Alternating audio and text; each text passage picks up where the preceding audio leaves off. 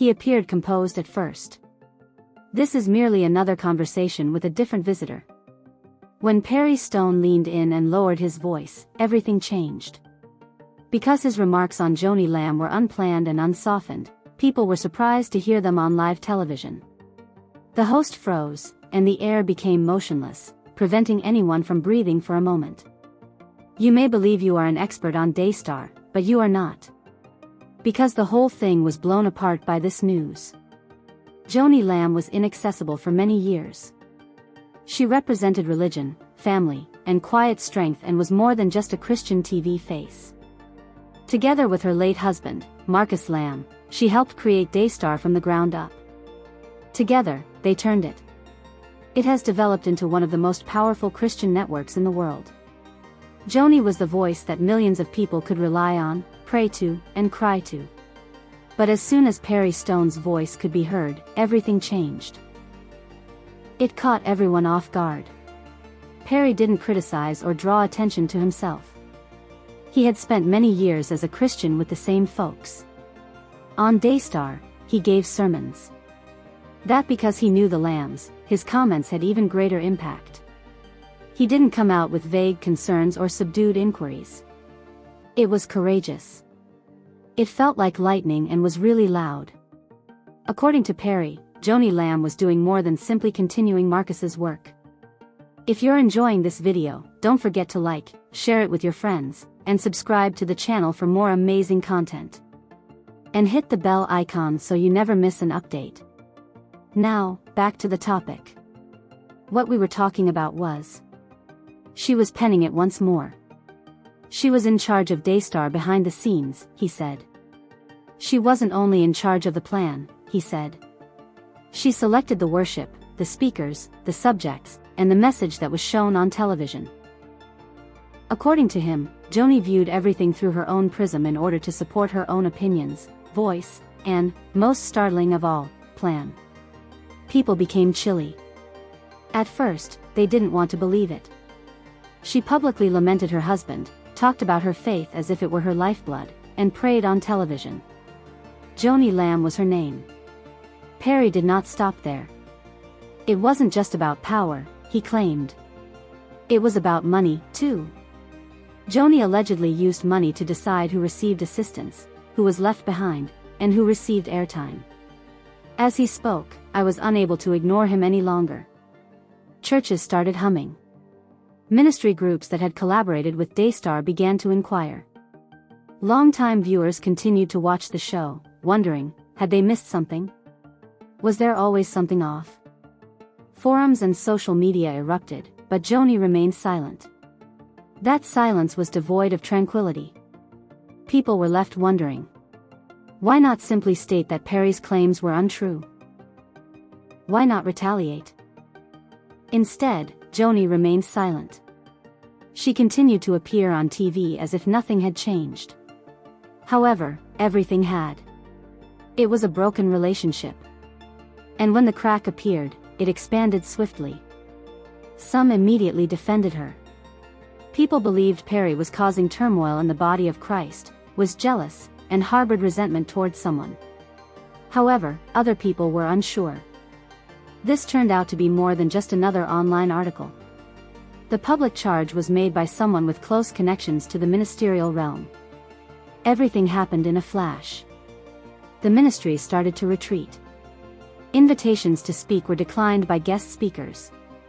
The practice of clicking on Daystar movies and sharing them has been discontinued. Donors began to demand transparency. Staff insiders started telling tales. The fissures widened and became fractures. It quickly became evident that this would not resolve itself. The speech of one individual became considerably more than anyone had anticipated. Joni Lamb was no longer the only focus. It was about trust, leadership, and the backroom operations. The Christian world was rocked. For the first time in decades, the word Daystar did not improve her mood. It caused many to reflect. Nobody, not even Joni, was able to reassemble the parts in the same manner. Daystar appeared to be all that it claimed to be. A community of Christians who are united by truth, faith, and hope. The settings were luminous. They smiled at the hosts. The music continued to rise. It appeared tidy, effective, and serene. However, a separate world was developing behind the scenes that few anyone ever witnessed. And in the center of that invisible realm stood Joni Lamb. After Marcus Lamb passed away, many assumed Joni would take a back seat or serve only as a symbol while others took over. She had always been viewed as the calm, supporting spouse, the loyal wife who assisted her husband in his job. We believed that to be untrue, since it became evident over time that Joni had covertly seized all of Daystar's values, including the business and all of its choices and orientation. It started out slowly. Changes became apparent to those present. Previously frequent preachers were no longer being called back. Some sermons that challenged leadership, overemphasized humility, or attempted to expose power hierarchies were subtly removed from the timetable. Programs that gave individuals a sense of security, unity, and control took their place. It didn't happen by accident. They were the focus. Joni started to alter the material so that it was more in line with her vision for Daystar rather than the message. She was unconcerned about it. It was the reason it worked so brilliantly. There was no takeover. During the transition, there was no noise. There was silent authority behind closed doors, no public declarations, no letters. According to a number of former pastors and employees, Joni only paid attention to a select few people she trusted. If you were in, you remained. If you ever ventured to question her, you were forced out. It was simply removed, with no drama or argument. According to one speaker, he was placed on hold as they made other plans, and they never gave him a call again. Another claimed that he was tactfully advised to avoid situations that caused discomfort for superiors. The number of speakers who ceased speaking increased over time. The only people left were those who abided by the unspoken norms. Don't talk too much. Keep Joni pleased and don't do anything wrong. And there was the money. There was more to Daystar than just watching advertisements. It had enormous financial power. Each year, donors contributed a significant amount of money. In good faith, many who supported the cause donated money. However, some with knowledge of the plan said that the funding also gave Joni a great deal of influence. She was in charge of who talked, who received assistance, and who didn't. All with a single pen stroke. Ministries that shared her views were commended and encouraged. Those that didn't moved aside politely. Some of her employees even claimed that she switched groups from Daystar to another by using donations and easy access to funds. According to reports, she negotiated behind the scenes with benevolent pastors to offer them cash as a token of appreciation. These agreements kept her detractors at bay and her supporters devoted. Although none of it appeared to be unlawful, it demonstrated that money was being used for power as well as services. Joni's acquaintances were also crucial. Among her friends were prominent pastors, business executives, and politicians. These weren't your average pals. The relationships in question had lasted for decades. You ought to be aware of when to talk and when to be quiet. She also knew who to turn to in times of need. That network prevented inquiries and gave the impression that Joni was impervious to damage. But it wasn't all silence. Over the years, a few courageous individuals have begun to speak forward. Some behind the scenes, some in public view. The concepts of their stories were similar, even though they differed on the details. Joni was the leader. She would not tolerate arguments. Furthermore, Daystar wasn't as forthright or honest as it appeared. What was frightening about it all was how expertly it had been concealed. Power was gradually and systematically seized. There was no shouting or debate. The radio communications that were disseminated were examined. The visitors were selected. Others claimed that the praise music was deliberately chosen to maintain order rather than to elicit excitement. Joni, too. She remained steady, composed, and unmoved. She hardly ever discussed the most significant topics as the network expanded. She didn't dispute the whispers, even as they grew louder. She didn't confirm them either. She simply continued to lecture about grace and trust while grinning. Everything behind the curtain was tightly controlled. According to former workers, it was a stressful workplace. Not many people expressed a desire to walk on it. You may be fired for one mistake, one slurred word, or one incorrect glance. It was more than just their performance. It was about telling Joni the truth, in particular. In terms of details, Perry Stone's public statements helped a lot of viewers and donors see the wider picture. His comments pierced the glossy exterior. Suddenly, the faint murmurs and small warning signs were quite evident. People started rewatching previous episodes with new perspectives. They observed that everything felt secure and well-planned, and that some sounds were frequently absent. They had one inquiry as a result of this. Was it still a ministry or had it evolved into something else? Joni remained silent during all of this, which exacerbated the situation. Supporters claimed that by not retaliating against the rumors, she was being polite. Some claimed she was trying to hide and avoid the truth. Either way, she remained calm and silent. It was just business as normal, as if it didn't matter, with no interviews or debates. But it did matter.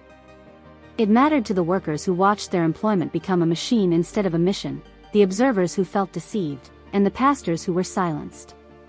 Additionally, it was significant to those who had donated funds, prayers, and hope to Daystar. There was more than simply rhetoric behind the curtain. It was true. One that many people are just now beginning to comprehend completely. For years, Daystar had been built on money, power, and quiet dominance. Joni Lamb, the calm woman in the center, wasn't merely following the crowd. She was in the vehicle. Nobody noticed the impending tempest when Perry Stone revealed the huge news about Joni Lamb. Daystar's studio and the typical online chat forums were not the only places where the rumors circulated. It swept through entire faith communities, churches, and homes like wildfire. What began as a scandal soon became a spiritual tremor. A woman at the center of it all was more valuable for her quiet than any sermon. In Christian society, there are many problems. We have all witnessed groups disintegrate, leaders lose their positions, and positive reputations get tarnished. However, it wasn't the case here.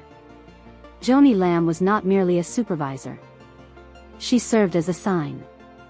For decades, she had been accepted as a kind face of religion in living rooms. People prayed and wept with her because they believed she was a kind person.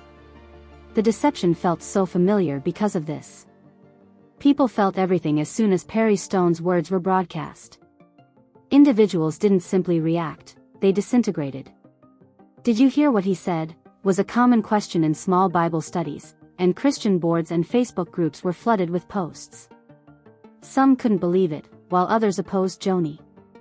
Suddenly, as arguments erupted in the pews and prayer groups, pastors nationwide had to attempt to hold their congregations together. Seeing it crushed my heart. Previously united in prayer, groups were now divided by uncertainty. Some folks didn't think it was true at all. Not Joni, they defended. She claimed, she's always been loyal and stood for the truth. As the power increased and the programming altered, several individuals noticed the silence and started to question whether the whispers were just the start of something larger. The situation caused more than simply disagreements. Open wounds were broken by it. Those who donated to Daystar felt defrauded. They believed they were funding a ministry rather than a scam. Formerly proud to advocate for the network, volunteers now felt ashamed and self-conscious. In online confessionals, some people shared their suffering, stating that it was difficult to love the church yet feel deceived. Joni's silence just made matters worse. She remained silent.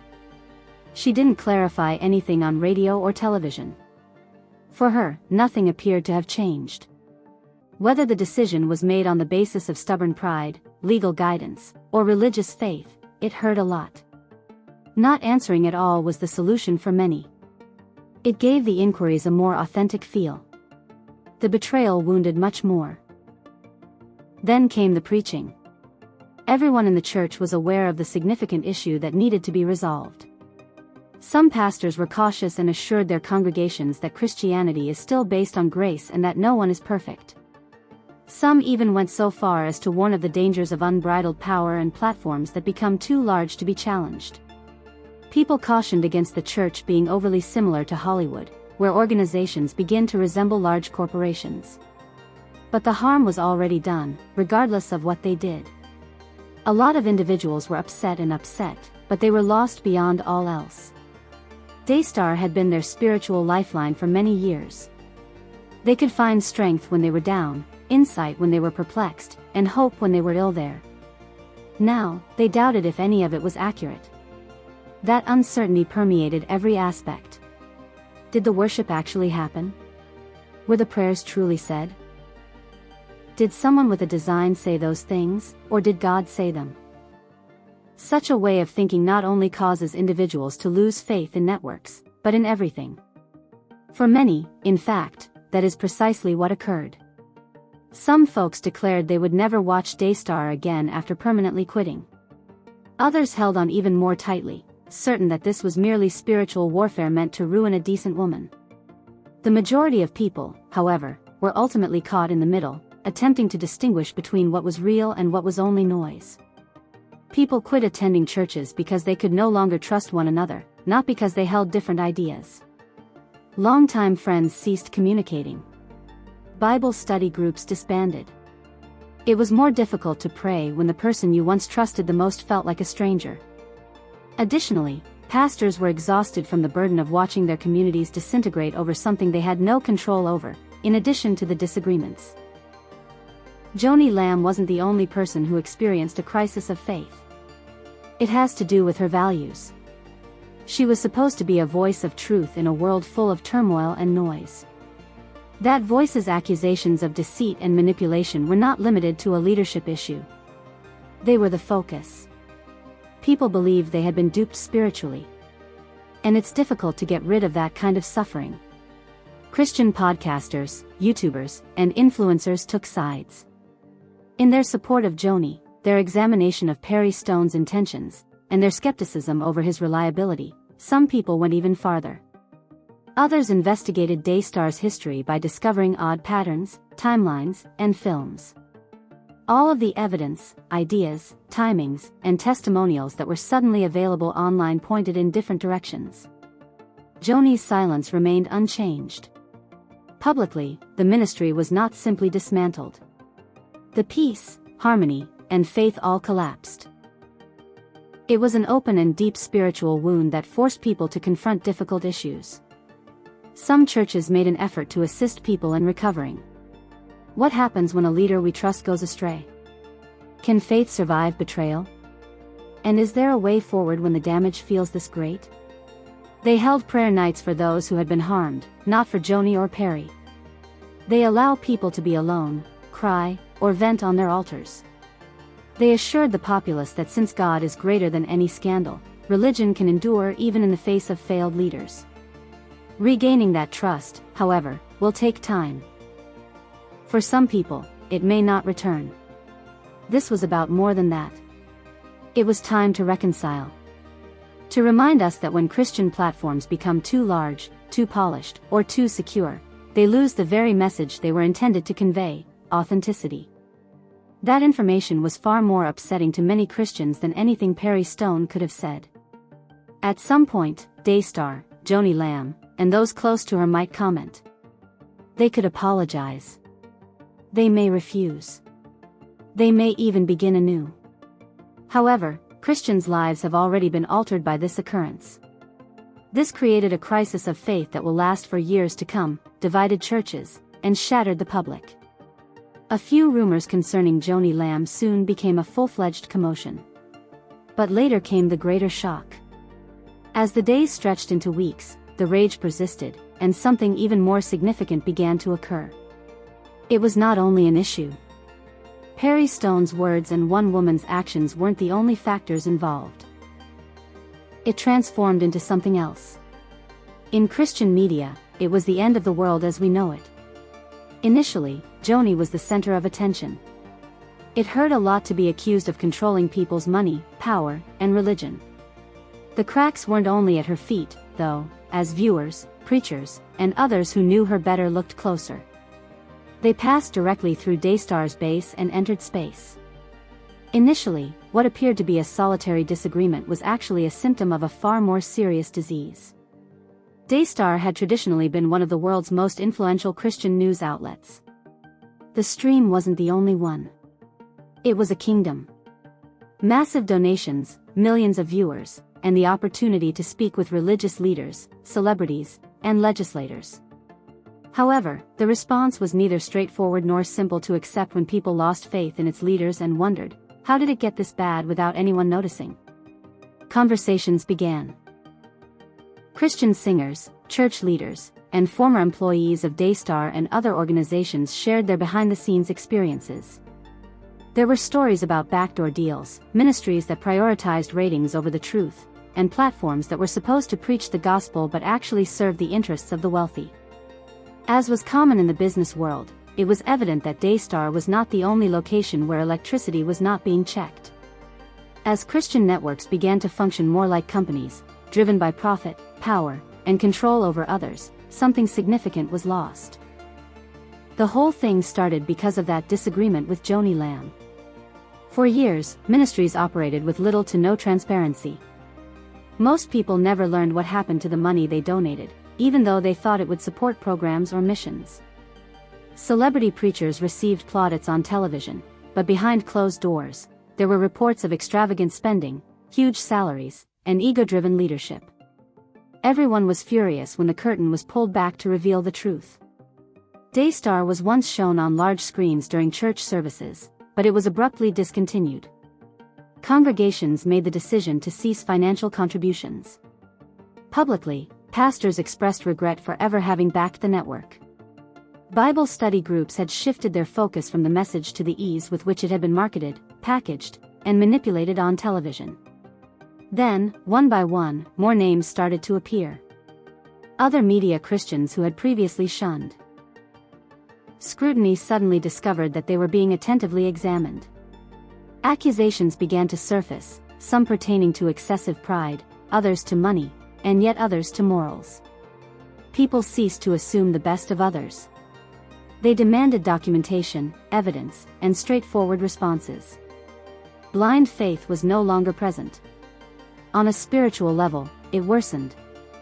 Those who had discovered Christ as a result of these programs began to doubt everything. Were they truly convinced? Were they misled? Did God truly speak through these individuals? Or did they simply watch the shows while sitting there? For many, it led to an issue with their spiritual identity.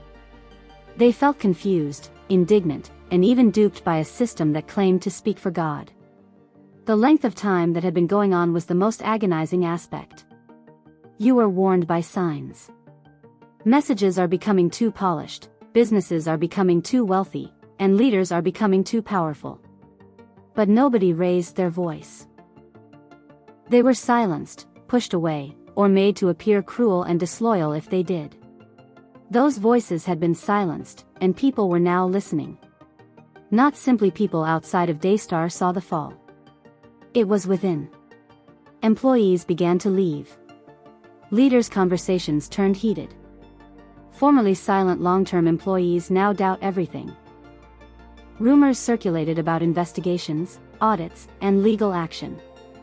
Managing pictures was no longer the focus. Getting through was the goal. Furthermore, Joni's chances of surviving appeared to decrease the longer she remained silent.